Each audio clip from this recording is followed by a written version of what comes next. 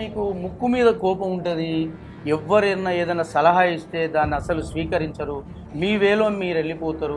ఇదే కొంచెం బ్యాక్ స్టెప్గా ఉంటుందనే ఒక విమర్శలు, అంటే ఒక ఆరోపణలు ఉన్నాయి. మరి దాన్ని అలాంటి చేస్తున్నా కాబట్టి 3,25,000 ఓట్లు పడ్డాయి పోయినసారి.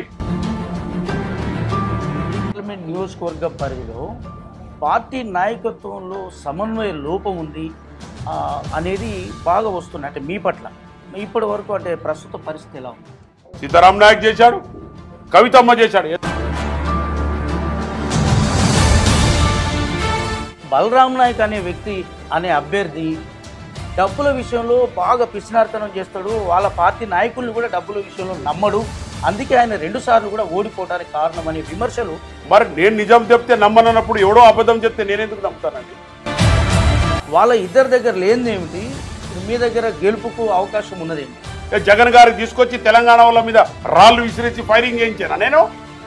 బలరాం నాయక్ టికెట్ తెచ్చుకునేదానిక పోరాటం చేస్తాడు. టికెట్ అధిష్టానం ఇచ్చిన తర్వాత గెలుపు కోసం అంత కష్టపడడు. సార్ నమస్తే సార్, మీరు ఇది 4వసారి ఎంపీగా పోటీ చేస్తున్నారు. 2009లో ఎంపీగా పోటీ చేశారు. కాంగ్రెస్ గవర్నమెంట్లో మినిస్టర్ అయ్యారు. ఆ తర్వాత 2014, 2019లో కూడా టికెట్ వచ్చినా కూడా కొన్ని అనివార్య పరిస్థితుల వల్ల ఓటమి పాలయ్యారు.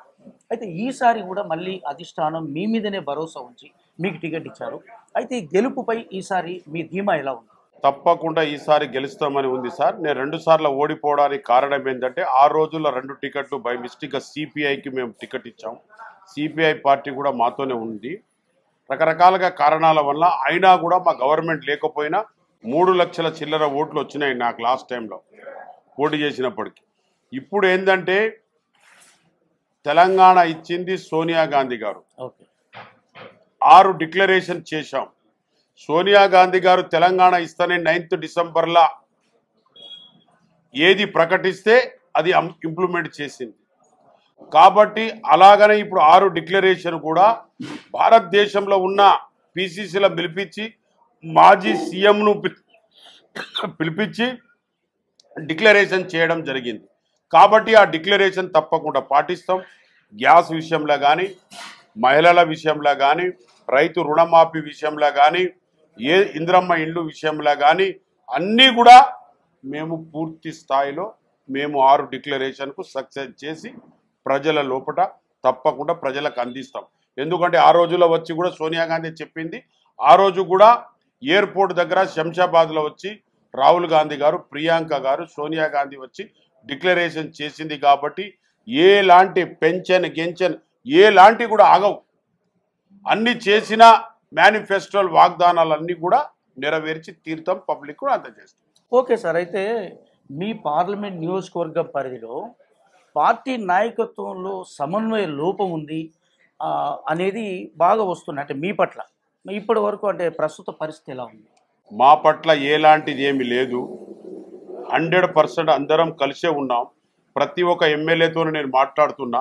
ప్రతి ఒక్క ఎమ్మెల్యే కూడా మాతోనే ఉన్నారు. మాకు 6 ఉన్నారు. అక్కడ వీరయ్య గారు కూడా ఉన్నారు.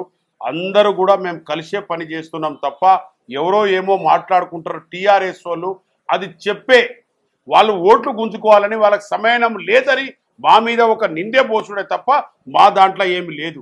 ప్రజలు కాంగ్రెస్ పార్టీకి వైపు చూస్తున్నారు.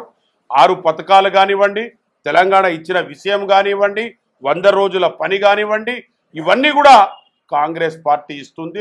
గ్యాస్ కూడా రేట్లు తగ్గింపు ఇస్తుంది. రేషన్ కార్డు అప్లై చేసుకున్న వాళ్ళకి ఇస్తాం. ఆధార్ కార్డు అప్లై చేసుకున్న వాళ్ళకి ఇస్తాం. ఇందిరమ్మ ఇల్లు ఇస్తాం. టోటల్గా కూడా ప్రజలంతా మాతోనే ఉన్నారు. ఎమ్మెల్యేలంతా కూడా మాతోనే ఉన్నారు. అది ఏదో టీఆర్ఎస్ వాళ్ళు చెప్పే మాటలు వాళ్ళకి సమన్వయంగా లేదు. ఇప్పుడు కనకయ్య గారు పొద్దున్న నుంచి నేను 3 సార్లు మాట్లాడినా. రామచంద్రతో మాట్లాడినా, పిరపాక ఎమ్మెల్యేతో మాట్లాడినా, భద్రాచలం డిసిసి ప్రెసిడెంట్తో మాట్లాడినా, ఆల్రెడీ ఎమ్మెల్యేతో మాట్లాడినా. ఇప్పుడు మురళి గారితో ఇప్పుడు మాట్లాడితే ఇక్కడ కే సముద్రం పోయి అంబేద్కర్ చేసుకొని వస్తున్నాడు. సీతక్కతో మాట్లాడినా. మాకు సమన్వయం లేదని కాదు. ఇది ఒక TRS party, BJP party, BRS party public చెప్పే చేత కాదు, చెప్పింది చేయ చేత కాక ప్రపగంటల మోసుడు తప్ప ఇంకోటి ఏమీ లేదు. ఓకే సార్, ఇప్పుడు రాష్ట్రంలో కాంగ్రెస్ పార్టీ అమలు చేస్తున్న అంటే ప్రభుత్వం అమలు చేస్తున్న సంక్షేమ పథకాలు మిమ్మల్ని గెలిపిస్తాయా, లేకపోతే మీరు గతంలో మాజీ మంత్రిగా ఎంపీగా ఉన్నప్పుడు ఈ పార్లమెంట్ కాన్స్టిట్యున్సీలో నిర్వహించిన ఆ అభివృద్ధి కార్యక్రమాలు మిమ్మల్ని గెలిపిస్తాయా? భద్రాచలం బ్రిడ్జి కానీ, వెంకటాపురం బ్రిడ్జి కానీ, భద్రాచలంలో అన్ని రోడ్లన్నీ కూడా నేను కనెక్టివిటీ చేయించిన, హాస్పిటల్లో నేను కట్టించినాం. భద్రాచలంలో మణుగూరులో 150 బెడెడ్ హాస్పిటల్ కట్టించినాం. వాళ్లకు ఒక రోడ్ ఇచ్చినాం, ఏది బ్రిడ్జి కట్టించినాం భద్రాచలంది. దానితోని పాటు మేము రాత్రిపూట ఎవ్రీడే మణుగూరు నుంచి సికింద్రాబాద్ పోవడానికి స్పెషల్గా ట్రైన్ వేయించాను. ట్రెజరీ ఆఫీస్ కట్టించాను మణుగూరులో, పిరపాక నియోజకవర్గంలో. మేమన్నీ కూడా అలాగనే వస్తాయి. Yellandu to Gundala, Gundala to Pasara roads, Ekalavya schools, కేంద్ర విద్యాలయాలు, మోడల్ స్కూల్స్, ఈ డెవలప్మెంట్ అన్నీ కూడా చేశాను. ఇక్కడ మున్సిపాలిటీ చేశాను. పూసపల్లిలో వాటర్ వదిలిపెట్టేస్తే మైబాద్లో మీరు డ్రింకింగ్ వాటర్ మీరు తాగేది, నేను తాగేది, ఆ వాటర్ కూడా నేనే తెచ్చాను. నర్సంపేట మైబాద్కు మున్సిపాలిటీ చేశాను. ఇక్కడ కేంద్ర విద్యాలయం, ఆబ్రో జిల్లా కాకపోయినా కేంద్ర విద్యాలయం తెచ్చాను. ఐటీఐ కాలేజ్ తెచ్చాను. అన్ని ట్రైన్లన్నీ ఆపాను. ఇజ్జత్ పాసులు తెచ్చాను. నా డెవలప్మెంట్ ఉంది. దానితోని పాటు 6 పథకాలు ఉన్నాయి. సోనియా గాంధీ ఉన్నది. 100 రోజుల పని ఉన్నది. ఆ గెలుపే మా గెలుపు.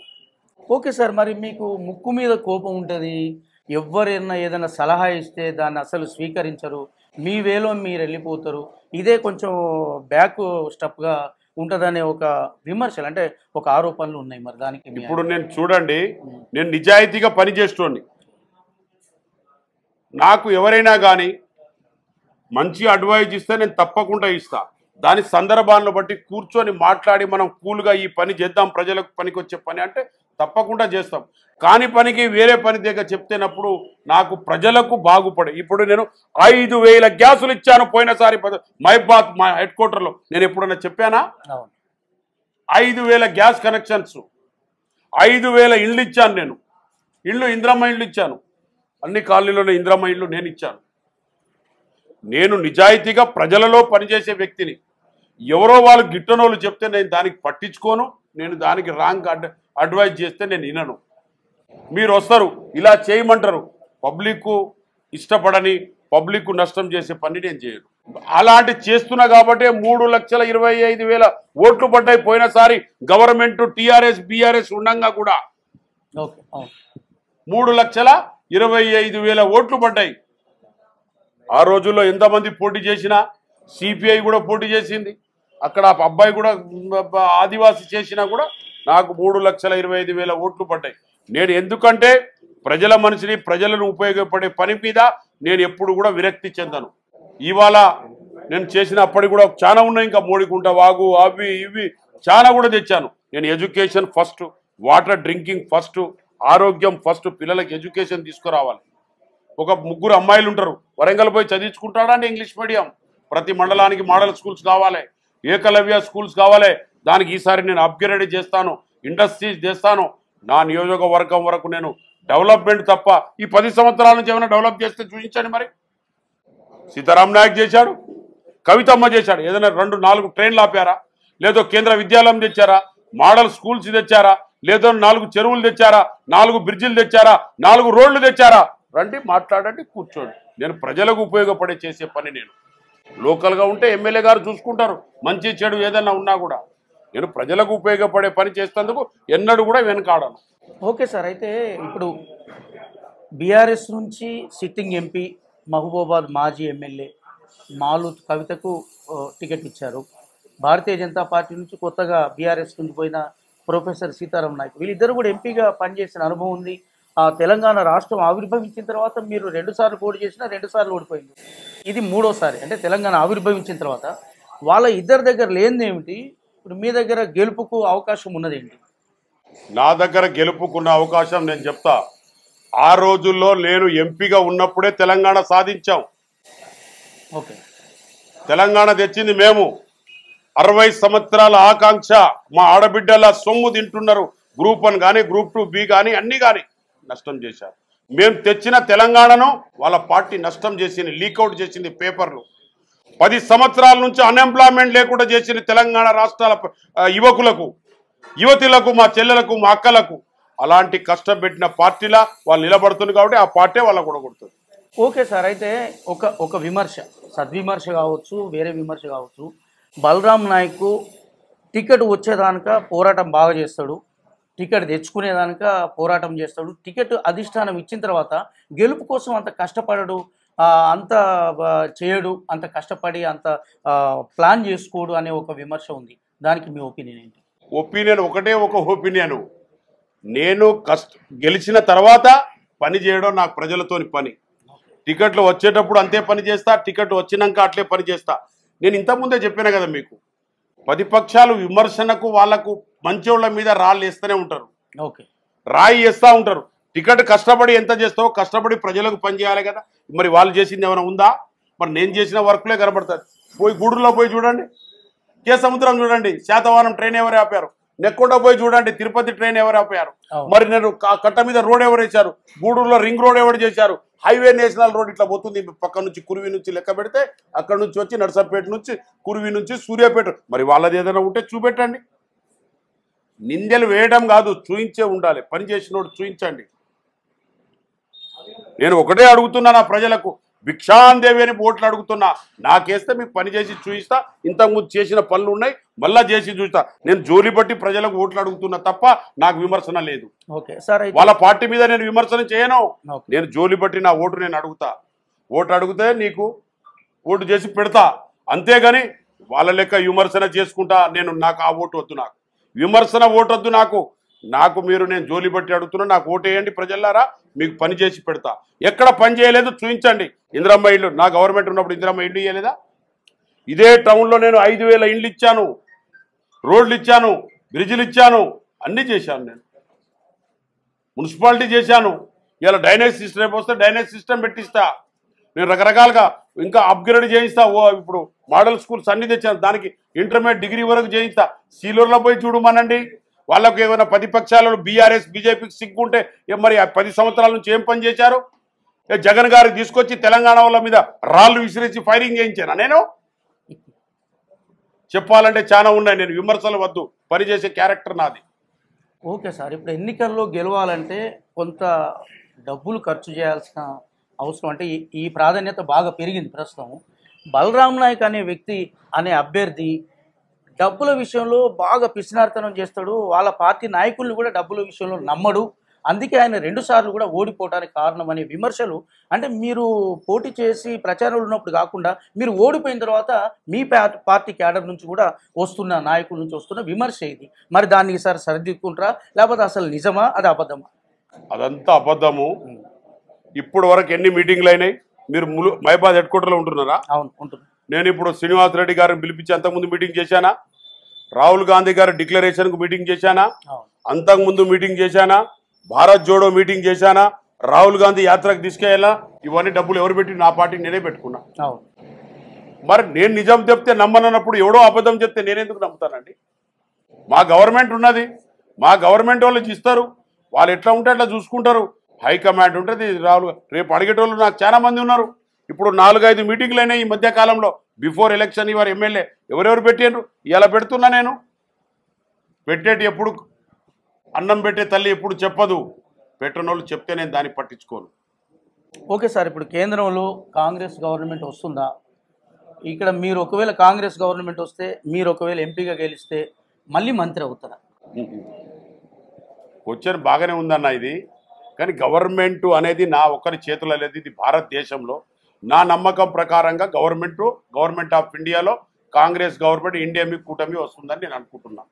ఎందుకు అనుకుంటుంటే దానికి కొన్ని కారణాలు ఉన్నాయి. దాంట్లో ఒక 2 కారణాలు ఉదాహరణ ఇస్తాను. నేను అంత పెద్దవాడిని కాకపోకపోయినా భారతదేశము దానికి ఒక ఆలోచన చేసి నేను చెప్పేంత వ్యక్తిని కాకపోయినా నా పరిధిలో నేను ఉన్నది 10 years నుంచి ఎస్టీ ఎస్సీ బడుగు బలహీన వర్గాలకు ఏమీ దొరకలేదు. సౌకర్యాలు చేసిండ్రు కావచ్చు, కానీ బడుగు వర్గాలకు ఎంప్లాయ్మెంట్ దొరకలేదు. ఇండస్ట్రీస్ లేదు, ఇవన్నీ లేవు. చాలా కూడా ప్రైవేట్ ఆర్గనైజింగ్లో అప్పచెప్పారు. బిఎస్ఎన్ఎల్ కానీ ఇంకోటి కానీ ఇవన్నీ ప్రైవేట్ చేయవలసిన అవసరం లేదు. రైల్వేస్ కొన్ని చేశారు, ప్రైవేట్ వాళ్ళకి ఇచ్చారు. మరి ఇవన్నీ కాంట్రాక్ట్ టెండర్ ఇచ్చారు. గవర్నమెంట్ ఎంప్లాయ్మెంట్ అనేది బీద వాళ్లకు తగ్గింది 10 years నుంచి. కాబట్టి ఆ అంచనా వేసి నాకున్న ఆలోచన ప్రకారంగా రాబోయే కాలంలో గవర్నమెంట్ ఆఫ్ ఇండియాలో కాంగ్రెస్ కూటమి ఇండియన్ కూటమి వస్తుంది. కాంగ్రెస్ కాదు, ఇండియన్ కూటమి వస్తుంది. మాకు కూడా 200 సీట్లు దాటుతాయి అనుకుంటున్నాను నేను. ఒకళ్ళు వస్తే గ్యారెంటీగా ఇండియన్ కూటమి వస్తే మా పార్టీ ఎప్పుడైనా కూడా బడుగు బలహీన వర్గాలకే చోటు ఇస్తుంది, మైనార్టీకి చోటు ఇస్తుంది. మైనార్టీ కానీ బడుగు బలహీన వర్గాలు ఎస్టీ ఎస్సీ బీసీ ముస్లిం మైనార్టీ వాళ్ళకు చోటు ఇచ్చినప్పుడు నాకు కూడా చోటు దక్కుతుంది. ఆ కోటలో నేను వచ్చేస్తాను, నువ్వు నేను ఇద్దరం అట్లా. ఓకే సార్, ఈ కేంద్ర మంత్రిగా కాంగ్రెస్ పార్టీ, మాజీ మంత్రిగా కాంగ్రెస్ పార్టీ ప్రస్తుత అభ్యర్థిగా మీరు ప్రస్తుత పార్లమెంటు ఎన్నికల సందర్భంగా కాంగ్రెస్ పార్టీ ఈ అనన్య పరిస్థితి అంటే బాగా పోటీ ఉన్న పరిస్థితుల్లో కూడా మిమ్మల్ని నమ్మి భరోసా ఇచ్చి అంటే తెలంగాణ రాష్ట్రం ఆవిర్భవించిన తర్వాత వరుసగా మీకే పార్లమెంట్ టికెట్ ఇస్తుంది. అంటే మీతోనే మళ్ళీ కేంద్రంలో కాంగ్రెస్ అంటే ఇండియా కూటమి రావాలనే ఒక సెంటిమెంట్ ఉందో ఏమో తెలియదు, కానీ మళ్ళీ మీకే టికెట్ ఇచ్చిండ్రు. మీ పార్టీ క్యాడర్ కానివ్వండి, నాయకత్వానికి కానివ్వండి, లేదా ఈ పార్లమెంట్ నియోజకవర్గ ప్రజలకు కానివ్వండి, ఈ ఎన్నికల సందర్భంగా మీరేమి అభ్యర్థిస్తారు? నా పార్లమెంట్లో పరిధిలో ఉన్న నాయకులకు అందరికీ కూడా పేరు పేరున ధన్యవాదాలు. కార్యకర్తలకు, అభిమానులకు అందరికి కూడా నేను ధన్యవాదాలు చేస్తున్నా. ఎందుకంటే నాకు ఏసీ గెలిపిస్తారని నాకు ఒక మనోభావం ఉన్నది. ఎందుకంటే నేను మీరు అంటున్నారు ఇదని పనిచేసే వ్యక్తి అని కూడా నాకు ఒక పేరు ఉంది. ఓకే, అవును, పనిచేసే వ్యక్తి గెలిచినా మనకు పని చేసి పెడతారు. ప్రజలకు ఉపయోగపడే, పిల్లలకు ఉపయోగపడే చెరువులు కుంటలు ఇవన్నీ కూడా తెచ్చే రోడ్డు సౌకర్యాలు తెచ్చేది కూడా ప్రజలకు చెల్లుతుంది. కాబట్టి అదే ప్రజలకు నా జోలి బొట్టి ఓటేయండి, తప్పకుండా మీతోనే ఉంటా, మీ ఎంట ఉంటా, మీ సేవలకు ఉంటానని చెప్తున్నా. ఓకే, చూశారు కదా, కేంద్ర మాజీ మంత్రివర్యులు అలాగే మహబూబాబాద్ పార్లమెంట్ నియోజకవర్గ కాంగ్రెస్ పార్టీ అభ్యర్థి పోరిక బలరాం నాయక్ గారితో ప్రత్యేక ఇంటర్వ్యూ. ఖచ్చితంగా ఈ 10 సంవత్సరాలు తెలంగాణ రాష్ట్రం 10 సంవత్సరాలు వెనకడుగు వేసింది అభివృద్ధిలో. నేను మాజీ మంత్రి అంటే కేంద్ర మంత్రిగా ఉన్నప్పుడు, పార్లమెంట్ సభ్యుడిగా ఉన్నప్పుడు నియోజకవర్గం మొత్తానికి అభివృద్ధి సంక్షేమ కార్యక్రమాలు ఎన్నో తీసుకువచ్చాను. ప్రస్తుతం కూడా 7 నియోజకవర్గాల్లో నాకు అనుకూలమైన వ్యక్తులు ఉన్నారు. ప్రజలందరూ నాపై నమ్మకం చూపెడుతున్నారు. ఖచ్చితంగా మా పార్టీ క్యాడర్లో ప్రతి ఒక్కరికి నేను ప్రత్యేకంగా సమన్వయంతో ఉన్నాను. ఎవరితో నేను వ్యతిరేకిని కాదు. ఖచ్చితంగా నాపై కావాలనే బీఆర్ఎస్ బీజేపీ నాయకులు కానివ్వండి, వాళ్ళ పార్టీ కానివ్వండి, అబండాలు వేయటం, నన్ను ఓడించే ప్రయత్నం చేయడానికి కంకణం కట్టుకున్నారు. ఇది ప్రజలు నమ్మొద్దు, పార్టీ క్యాడర్ కూడా నమ్మొద్దు. ఖచ్చితంగా నేను జోలె పట్టి అడుగుతున్నాను, నాకు ఓట్లేయండి, గెలిపించండి. మీలో మీ కుటుంబ సభ్యుడిగా నన్ను మీ దగ్గరే ఉంచుకోండి. ఖచ్చితంగా మీకు అభివృద్ధి చేసి చూపిస్తా అని బలరాం నాయక్ గారు అంటున్నారు. కెమెరామెన్ అరవింద్తో ప్రసాద్, లలిత న్యూస్.